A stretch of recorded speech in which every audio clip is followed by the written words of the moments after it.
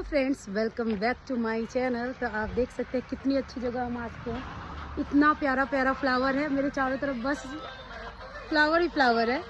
और मुझे तो देख के बहुत ही मज़ा आ रहा है। आप देख सकते हो कितने सारे ऑर्किड के फूल हैं। और सॉरी, मैं ऑर्किड बोल रही हूँ, बोगनवेलिया का पेड़ है। ये देखो कितना ही सुंदर लग रहा है। मैं चारों तरफ यही पेड़ है और मतलब इतना खूबसूरत लग रहा है ना मुझे कि मुझे देख के बहुत ही सुंदर लग रहा है। इतना सुंदर जगह है, वाह, ब्यूटीफुल जगह है। और आप देख सकते हो, आप मेरे ऊपर देखो, आप चारों तरफ मेरे ऑर्किड का फूल है। फिर मैं ऑर्किड बोल रही हूँ, बोगनवेलिया, सॉरी, बोगनवेलिया का पेड़ है। और ये बोगनवेलिया ना मुझे बहुत पसंद है। आप देख सकते हो कितना ही खूबसूरत है, बहुत ही सुंदर है और ये मुझे बहुत पसंद है।